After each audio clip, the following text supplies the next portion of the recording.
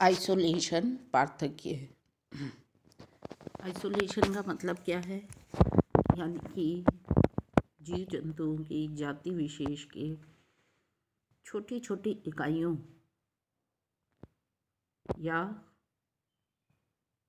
समूहों में विभक्त होने की क्रिया को पार्थक्य या पार्थक्यीकरण कहते हैं। यानी कि एक ही जाति के जीव जंतु जब छोटी छोटी इकाइयों में बंट जाते हैं या उपसमूह में बंट जाते हैं और वो इंटरक्रॉस नहीं कर पाते हैं, यानी कि उसमें जनन क्रिया होनी जो है ख़त्म हो जाती है और वो अलग अलग दूसरी जातियों का रूप ले लेते हैं, तो ये आइसोलेशन कहलाता है।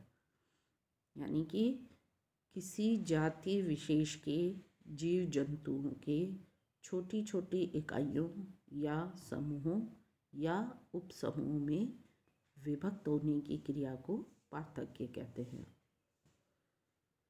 तो इसमें पार्थक्य या आइसोलेशन किसी एक जाति के जंतुओं को दो उपजातियों में या एक उपजाति के जंतुओं को अपनी मूल जाति के जंतुओं से अलग करता है। अब इसके आइसोलेशन के फैक्टर्स जो हैं वो कौन कौन से हो सकते हैं?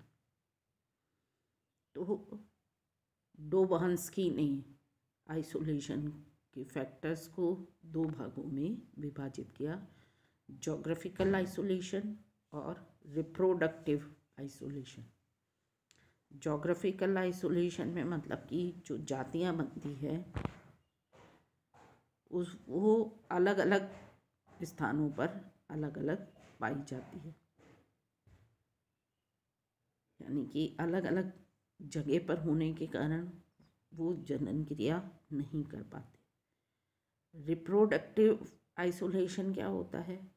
एक ही स्थान पर पाई जाने वाली जातों की जीनी संरचना में परिवर्तन के कारण उनमें संकर के निर्माण को रोकता है। ज्योग्राफिकल माने अलग अलग भौगोलिक रूप से पृथक समष्टियाँ अलग अलग स्थानों पर पाई जाने वाली एक ही जाति, लेकिन उसमें जनन क्रिया नहीं होगी। और रिप्रोडक्टिव यानी कि एक ही स्थान पर पाई जा रही है लेकिन उनमें जीनी संरचना में जो है वो परिवर्तन हो जाने के कारण संकर के निर्माण में बाधा आती है। तो ये तो थे डोबान्स्की का ने जो है दो फैक्टर बताए। इसी तरह से मेकाम ने आइसोलेशन को भी इन्होंने मोटे तौर पे दो वर्गों में रखा।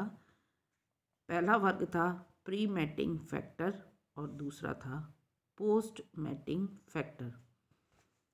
अब प्री मैटिंग फैक्टर क्या है कि मैटिंग से पहले के फैक्टर जो उनको आपस में मिलने नहीं देते, और पोस्ट मैटिंग फैक्टर यानी कि उनमें वो जनन क्रिया तो होती है लेकिन जो संकर है वो ख़त्म हो जाते। तो उसके कारण जो है कौन कौन से हैं? तो पहला आता है प्री मैटिंग फैक्टर। तो प्री मैटिंग फैक्टर में पहला है जोग्राफिकल आइसोलेशन। जैसा कि जोग्राफिकल फैक्टर्स कौन कौन से होते? पर्वत, नदियाँ, मरुस्थल, वन, ये सब जो है भौतिक अवरोध होते हैं जो कि जंतुओं को मिलने से रोकते हैं। दूरी भी जो है आइसोलेशन का ही कारण है।